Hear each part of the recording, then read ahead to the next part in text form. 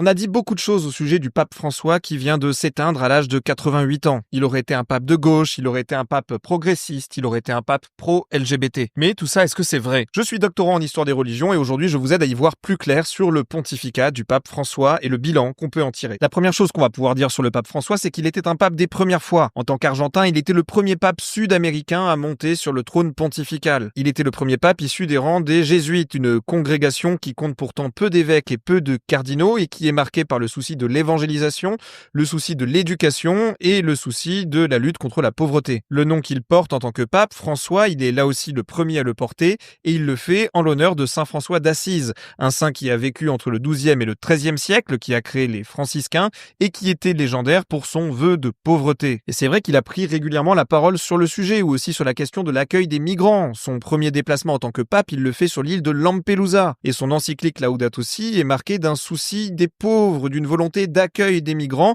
mais également d'une volonté de prendre soin de la nature. On peut parler d'une encyclique véritablement écologique, et tout ça, ça va contribuer à faire de lui la bête noire de certains milieux conservateurs. Autre chose qui va crisper une partie de l'Église, en tout cas la plus traditionnaliste, c'est sa volonté de limiter la messe en latin. C'est ce qu'il fait en 2021 avec le décret Traditionis Custodes.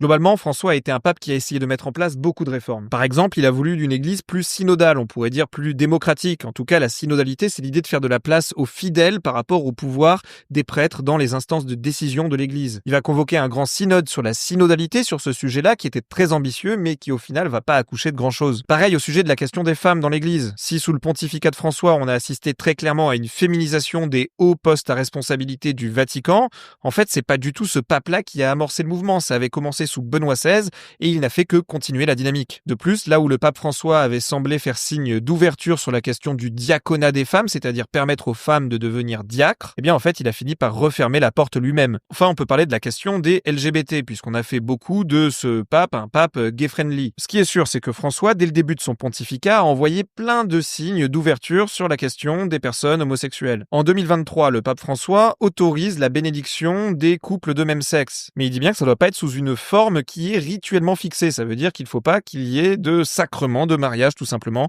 pour les personnes homosexuelles. En gros, le pontificat de François a été très ambitieux de la part des volontés de réforme affichées, mais n'a pas été aussi loin que souhaité dans la mise en place concrète de ces réformes. Et aujourd'hui, plus que jamais, François laisse derrière lui une église qui est divisée presque à couteau tiré entre une aile conservatrice et une aile progressiste. Donc il y a énormément d'enjeux sur le prochain conclave qui va décider du prochain pape. Et donc je ferai en sorte de vous tenir informé sur les tenants et aboutissants de ce futur conclave dans de prochaines vidéos. Et donc si le sujet vous intéresse ou si tout simplement vous voulez plus d'informations sur l'histoire des religions, n'hésitez pas, abonnez-vous!